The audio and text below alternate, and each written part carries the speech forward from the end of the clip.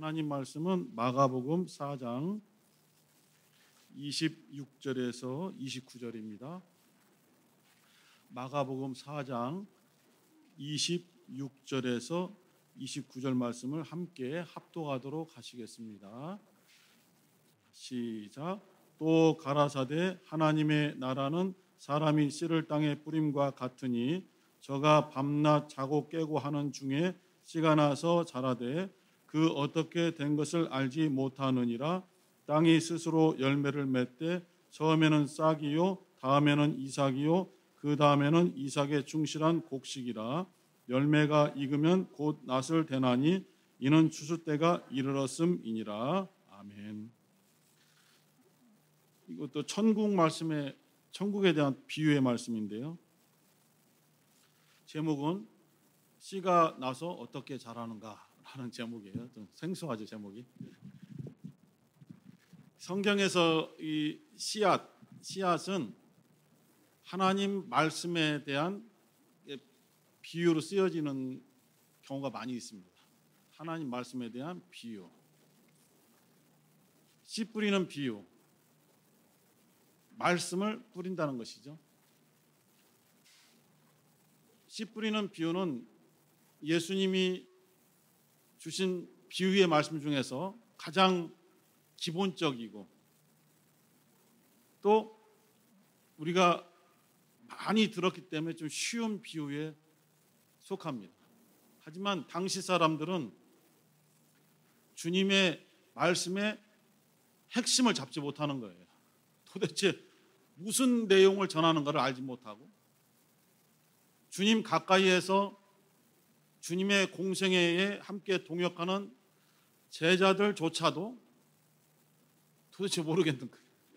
주님이 무슨 말씀하는지를 가까이서 지내는 제자들도 알지 못해서 좀 당황하는 거죠. 뭔가 일반 백성들보다는 중간에서 좀 무엇인가를 깨달아야 주님의 말씀이 이런 뜻이다 하고 모여든 백성들에게 조금 의심될 수도 있고 이건 이런 거예요 가르쳐 줄 수도 있는데 자신들조차도 알지 못하니까 좀 황당하고 당황하고 그렇죠. 자기들도 알지 못하고 당황스러워서 나중에 집회가 끝난 다음에 백성들이 좀 아랫지역 가서 노숙을 하든지 집에 돌아가고 주님과 12제자가 남았을 때에 주님께 이제 물어보기도 하고 주님께서 가르쳐 주시기도 하는 거죠. 아까 낮에 백성들에게 하신 그 말씀의 뜻이 무엇입니까? 라고 따로 물어보고 주님께서는 또 가르쳐 주시면서 그 씨를 뿌리는 비유에 대한 해석이 나오게 된 거예요. 백성들은 비유만 들었어요. 어떤 농부가 씨앗을 뿌렸는데 뿌린 씨앗 중에서 어떤 씨앗은 날아가서 사람들이 다니고 있는 길가에 떨어졌다. 길가가 사람들이 하도 다녀서 단단해요. 그러니까 씨가 그냥 이렇게 떠 있는 거죠. 공중에 나는 새가 보고 내 먹을 것 하고 가서 그 씨앗을 먹어버렸다. 두 번째, 어떠한 씨앗은 던졌는데 날아가서 돌짝밭 속에 떨어진 거예요. 그래서 막 밑으로는 파고 들어갔어요. 근데 밑에가 자갈밭이기 때문에 뿌리가 내리지 못하고 뿌리가 아주 깊게 내리지 못하고 조금만 내리다가 결국은 오늘처럼 해가 뜨거울 때에 다 타서 죽어버리는 거죠. 세 번째 씨앗은 약간 서늘한 가시덤불 속에 떨어졌어요. 밑으로는 돌이 없어요. 파고들어서 뿌리를 잘 내렸어요. 그 양분을 받아들여서 위로 올라오는데 쭉 뻗어 올라가서 열매를 맺어야 되는데 가시덤불에 엉켜갖고 죽어버리는 거죠. 그리고 나머지 네 번째 씨앗은 그야말로 옥토. 어떠한 방해물도 없고 씨앗이 심겨져서 자라나서 열매 맺기에 가장 합당한 그곳에 떨어져서 30배, 60배, 100배의 많은 곡식을 거두게 되었다. 이렇게만 전한 거예요. 백성들에게. 눈만 끔뻑끔뻑 하잖아요. 좋은 말씀인 것 같은 데는 뜻을 몰라. 그래서 주님께서 이 뜻을 제자들에게만 해석해 주는 거예요. 길가는 너무 단단하기 때문에 씨앗이 뿌리를 내리지 못한다. 말씀을 듣는 사람이 말씀을 조금이라도 받아들이려고 하지를 않아요. 말씀에 감동받으려는 마음이 전혀 없어. 딱 마음의 문을 닫아버린 거예요. 단단하죠. 이게 말씀이 여기에 딱 있는 거예요, 그냥. 그래서 원수 마귀가 그것을 빼뜨려 갔다. 그래서 그 사람은 말씀을 받지 못함으로 그 사람은 구원에서 제외된다. 이런 뜻으로 해석해 줬어요. 두 번째, 돌짝밭에 떨어진 씨는 밑으로 내려가다가 자갈밭에 걸려서 뿌리를 내리지 못하고 햇볕에 타다 죽어버렸거든요. 처음에 아멘, 아멘하고 은혜를 받지만은 금방 식어버려. 조금 어려움이 생기면 금방 식어버려서 결국 믿음이 없어져 버리는, 믿음이 연약한 자, 이런 사람을 돌짝밭에 떨어진 씨앗이라고 말하고, 가시덤불은 처음에는 참 좋지만은 열심히 하지만은 세상 욕심, 세상 부귀, 세상의 어떤 여러 가지 권세에 그러한 것에 덫에 걸려서 열매를 맺지 못하고 죽는 그러한 사람들이다 라고 했고, 마지막 옥토에 떨어진 씨는 하나님의 말씀을 듣고 마음속에 받아들여서 완전히 뿌리를 내리고 30배, 60배, 100배의 결실을 맺는 사람을 말한다라고 해석을 해줘서 알게 된 거예요. 씨 뿌리는 비유에서 무엇이 강조점이냐면은 그 씨를 받아들이는 마음, 사람들의 마음이 강조점이에요. 길가와 같은 마음, 돌짝밭과 같은 마음, 가시덤불과 같은 마음, 옥토와 같은 마음이 있다. 그래서 모두가 옥토와 같은 마음을 가져야만 말씀을 듣고 깨달을 수 있다를 강조한 거예요. 겨자씨의 비유도 있습니다. 겨자씨는 여러분 깨 아시죠? 깨보다도 더 작아요. 더 작고 가벼워요. 그 전에 이제 저는 직접 구입을 못했고 아주 오래전에 이스라엘에 다녀오신 분이 이게 기념품이라고 이렇게 약간 그 비닐봉투에 들어있는 겨자씨를 이렇게 상품으로 파는 것이 있더라고요. 갖다 줬는데 뜯어서 한번 해봤거든요. 이렇게 날릴 정도로 가벼워요. 그렇게 작고 가벼운 아무런 가치가 없는 겨자씨가 잘 심겨지면은 엄청나게 자라서 큰 나무가 된다는 거예요. 울창하게 돼서 공중에 날아다니는 새들이 와서 여기다가 둥지를 짓고 거기에 깃들일 정도로 그렇게 큰 나무로 성장한다. 처음에 시작은 작지만은 주님께 대한 열심과 믿음과 마음을 다하면은 크게 성장할 수 있다 하면서 그 작은 것으로부터 큰 것까지 성장할 수 있다는 것을 보여주는 그런 겨자씨의 비유예요. 그럼 오늘 씨앗이라는 단어가 나오는데 분명히 26절에 보니까 하나님의 나라는 사람이 씨를 땅에 뿌린 것 같다. 씨를 뿌렸어요. 어떤 사람이 씨를 뿌렸는데 그 다음 날 이 사람 27절에 보니까 이 사람이 밤낮 자고 깨고 하는 중에 씨가 나서 자라되 이 사람은 도대체 어떻게 이것이 씨가 났고 어떻게 자라는지를 알지 못하느니라 라는 그거예요. 그래서 여기에 이제 힌트를 얻어서 오늘 제목을 씨가 나서 어떻게 자라는가. 씨를 뿌리는 사람은 전혀 알 수 없는 거예요. 뿌리긴 뿌렸는데 알 수가 없는 거예요. 이것은 말씀, 복음을 전하는 사람이 필요하지만 그 이후에는 하나님이 하신다. 그것을 강조하는 거예요. 로마서 10장 13절 한번 찾아보실까요? 로마서 10장 13절부터 15절까지 시작. 누구든지 주의 이름을 부르는 자는 구원을 얻으리라. 그런즉 저희가 믿지 아니하는 이를 어찌 부르리요? 듣지도 못한 이를 어찌 믿으리요? 전파하는 자가 없이 어찌 들으리요? 보내심을 받지 아니하였으면 어찌 전파하리요? 기록된 바 아름답도다 좋은 소식을 전하는 자들의 발이여함과 같으니라. 주의 이름을 부르면은 구원을 얻는다는 거예요. 주의 이름을 부르면 예수 이름을 이 소리로 부른다는 뜻이 아니라 정말 믿고 주님의 이름을 의지하는 자는 구원을 얻는다는 거예요. 그런데 믿지 않는데 어떻게 주님의 이름을 부르느냐? 어떻게 듣지 않는데 어떻게 믿을 수 있느냐? 자, 믿음은 들음에서 나고 들음은 그리스도의 말씀으로 말미암느니라. 17절에 있어요. 자, 17절 한번 보세요. 로마 10장 17절. 시작. 그러므로 믿음은 들음에서 나며 들음은 그리스도의 말씀으로 말미암았느니라. 들어야 믿는데, 믿어야 이름을 불러서 구원을 받는데, 듣지 못하니 어떻게 믿으며 안 믿으니 어떻게 믿지 못하는 이름을 부를 수 있느냐? 못 부른다는 거죠. 그죠? 그럼 어떻게 들어요? 어떻게 들을 수 있어요? 전파하는 자, 그 다음에 전파하는 자. 전파하는 자가 없으면 어떻게 들을 수 있느냐? 그럼 전파하는 자는 자기들이 막 전파해요? 아니죠. 보내심을 받았다는 거예요. 주님께로부터 보내심을 받았다는 거예요. 이걸 역순으로 한번 해볼게요.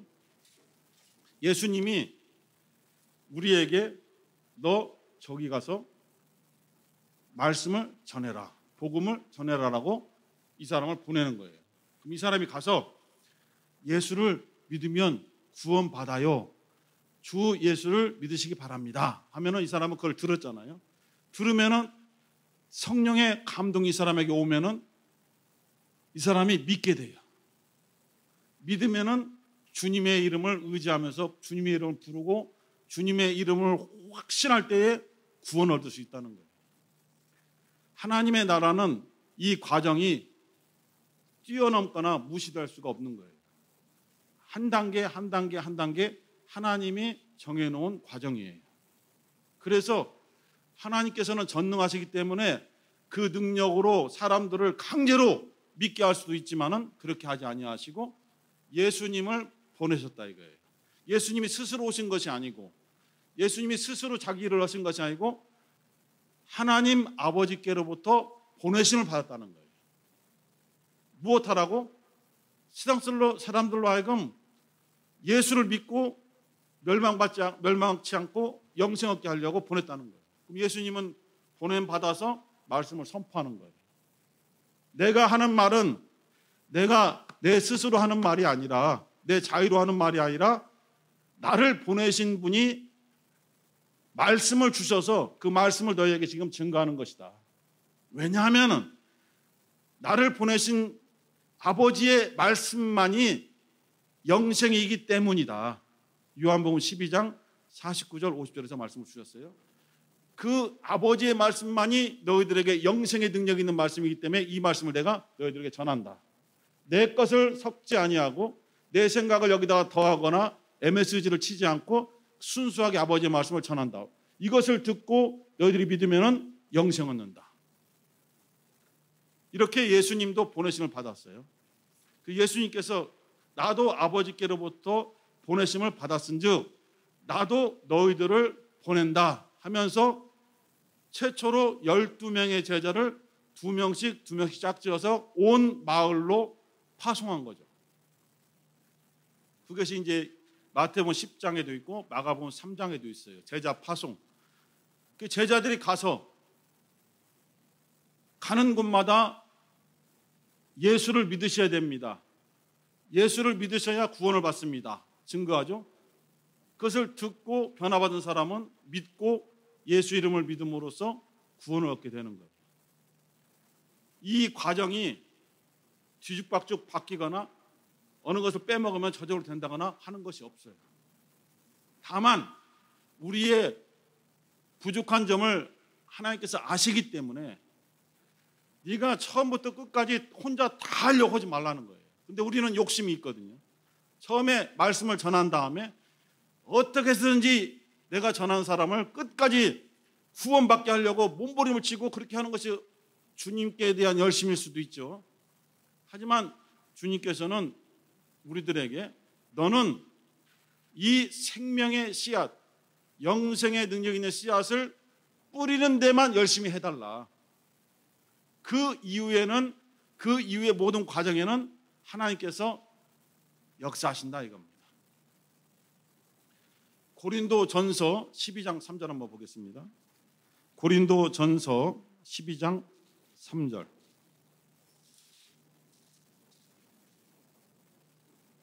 고린도전서 12장 3절 시작. 그러므로 내가 너희에게 알게 하노니 하나님의 영으로 말하는 자는 누구든지 예수를 저주할 자라 하지 않고 또는 성령으로 아니하고는 누구든지 예수를 주시라 할 수 없느니라. 예수님을 나의 주님, 나의 구주, 구세주, 구원주 여러 가지 그리스도로 믿는다. 아멘 이렇게 하지만 사실 실제로 우리의 이 심령 속에서 이루어지는 믿음의 과정은 하나님의 보내신 성령이 역사하지 아니하면은 불가. 이게 하나님의 구원 법칙이에요. 내가 믿게 하려고 전도하는 자가 믿어. 따라서 해봐. 예수 이름 믿습니다. 아멘. 따라서 해봐. 나 오늘부터 예수 이름 믿습니다. 해봐. 한다고 해서 믿어지는 게 아니라 이거예요. 서로 말을 하고 대답을 하고 주고받고 했지만은 그래서 이제부터 성도님 구원받았어요. 새신자 왔을 때 막 강제로 하기도 했었잖아요.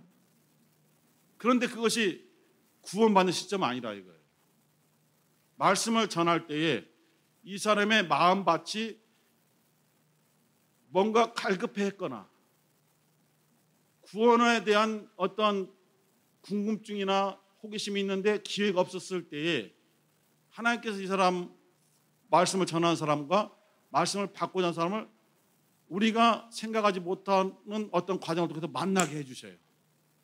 그래서 말씀을 전할 때에 이 사람의 심령이 성령의 감동하심으로 마음의 문이 열리면서 연약한 자가 전하더라도 그 말씀이 믿어지도록 역사해요. 성령이 감동해서 믿어지게 되면은 그 사람은 예수를 자기의 구주로 인정하게 돼요. 그래서 구원받게 된다는 거거든요. 고린도전서 12장 3절에 보면 베드로와 고넬료의 만남을 생각해 보시면 알아요. 둘 다 모르는 사이지 않습니까? 고넬료는 로마의 군인이에요. 근데 그가 평상시에 자기가 지배하고 있던 마을의 유대인들에게 선한 마음으로 잘 보살펴 줬어요. 약자, 요즘에 디우스에도 많이 나오지만 약자를 소중하게 여기고 어려운 점들을 돌보아주고 자기의 권세와 자기의 어떤 배경으로 할 수 있는 범위 내에서 많이 도와줬어요. 자기 민족이 아닌데도 유대인들을 많이 도와줬어요. 그러면서 유대의 장로들과 친분이 있으면서 유대인들이 믿는 하나님에 대해서 알게 되었어요. 그런데 알고 어떤 궁금증이 있는데 확실히 알지를 못해. 어떻게 해야 구원받는지를 알지를 못해요. 선한 마음이 있어요. 유대인의 하나님에 대해서는 알아요. 알지만 어떻게 믿어야 될지를 모르는 이 사람을 하나님께서 오랫동안 지켜보셨다는 거예요. 근데 마침 가까운 곳에 요빠라는 항구에서 금식기도하는 베드로에게 보자기 환상을 보여주면서 베드로가 감당할 수 없는 하나님의 율법으로 금지해 놓은 유대인이면 먹을 수 없는 음식을 먹도록 하나님께서 명하시죠. 그러나 베드로는 이거는 유대인들이 먹을 수 없는 불결한 짐승입니다라고 고백했지만은 환상에 깨어나서 도대체 이것이 무슨 의미로 하나님께서 나에게 환상을 보여주셨는가를 궁금해할 때에 똑똑똑 베드로 선생님 계십니까 하면서 고넬료가 보낸 하인들이 도착했어요. 그래서 하나님께서 우리의 주인인 고넬료 장교 고넬료에게 환상을 보여주셔서 이 요바로 가면은 하나님께서 예비하신 사람이 있다고 해서 왔습니다. 하니까 베드로가 이것이 내가 본 보자기 환상과 무슨 관계가 있는가 하면서 갔어요. 내키지 않아요. 이방인들은 구원 받을 수 없다고 생각했어요. 유대인이 아닌 다른 민족들은 구원을 못 받는다고 생각하고 있었어요. 예수 믿는 사람들이지만. 그게 초기 기독교예요. 초기 기독교, 초대교회의 기독교는 이방인들은 구원이 없다고 생각하고 있었어요. 그런데 하나님의 보여준 환상이 정말 꺼림칙하고 잘 알지 못해서 베드로와 같이 있는 유대인 기독교인들이 따라갔어요. 따라가서 기쁜 마음이 아닌 억지로 이 강단에서 말씀을 막 전하는, 예수에 대한 말씀을 전할 때에 고넬료 가족 종들이 전부 다 방언을 말하기 시작하는 거예요. 갑자기 너무 놀랐죠. 양쪽이 다 놀란 거예요. 말씀을 듣다가 갑자기 성령 받고 방언을 말하는 고넬료 가족들도 깜짝 놀래고, 유대인이 아닌 이방인들이 우리가 오순절날 받을 때 성령과 똑같은 성령을 받고 똑같은 현상이 나타난 것을 보고 베드로와 유대 기독교 지도자들이 깜짝 놀래고 서로 깜짝 놀란 거죠. 이렇게 만나게 해주셔서 예수를 믿는 사역이 나타나는데, 이곳에는 성령의 역사가 있다는 것이죠. 베드로가 고넬료 가정을 변화시킨 것이 아닙니다. 베드로는 하나님의 말씀의 명령에 따라서 그 가정에 와서 씨앗을 뿌렸을 뿐이에요. 그것이 베드로가 한 전부예요. 씨앗을 뿌렸을 뿐이에요. 말씀을 전했을 뿐이에요. 그 고넬료 가족이 믿게 된 것은 성령의 감동이에요. 이들은 믿고 구원을 받아야 되는데 아까 로마서 10장 13절 15절처럼 어떤 과정이 없었어요. 말씀을 들을 기회가 없었어요. 그래서 하나님께서는 베드로를 보내서 말씀을 듣게 하려고 그 기회를 주신 것뿐이에요. 그 과정을 허락해 주신 거예요. 그래서 믿게 됐어요. 거의 대부분의 그리스도인들이 그렇게 해서 탄생이 된 거예요. 우리들도 스스로 믿는다는 것은 사실 약간 어려운 문제죠.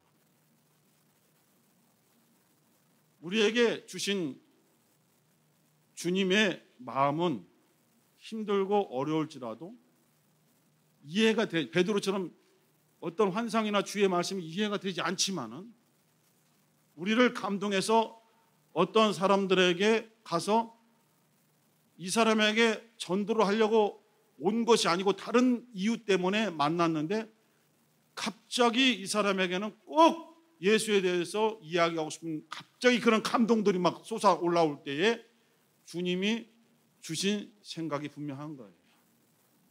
무서워, 완악해. 이 사람은 예수 얘기 끝나면 나를 여기를 때릴 것 같아.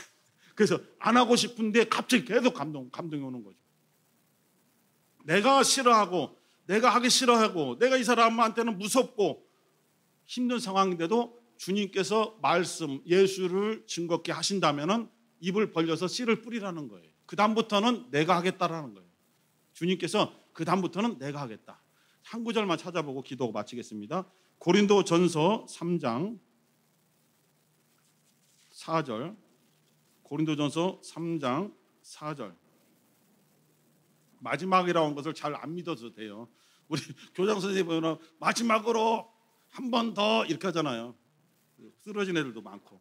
고린도전서 3장 4절로 7절 4절부터 시작. 어떤 이는 말하되 나는 바울에게라 하고 다른 이는 나는 아볼로에게라 하니 너희가 사람이 아니리요. 그런즉 아볼로는 무엇이며 바울은 무엇이뇨? 저희는 주께서 각각 주신 대로 너희로 하여금 믿게 한 사역자들이니라. 나는 심었고 아볼로는 물을 주었으되 오직 하나님은 자라나게 하셨나니 그런즉 심는 이나 물 주는 이는 아무것도 아니로되 오직 자라나게 하시는 하나님 뿐이니라. 바로 이겁니다. 성장케 하시는 것. 씨가 어떻게 자라났는가? 하나님이 자라게 하셨다. 씨를 뿌리는 자도 있고 잘 크라고 물을 주는 있었지만은 그 사람들은 하나님께 쓰임받는 사역자들 뿐인 그것으로 족하다 이거예요. 그 다음에 씨가 뿌리를 내리고 올라와서 줄기를 뻗치고 열매를 맺게 하는 것은 하나님이 다 하시겠다는 거거든요.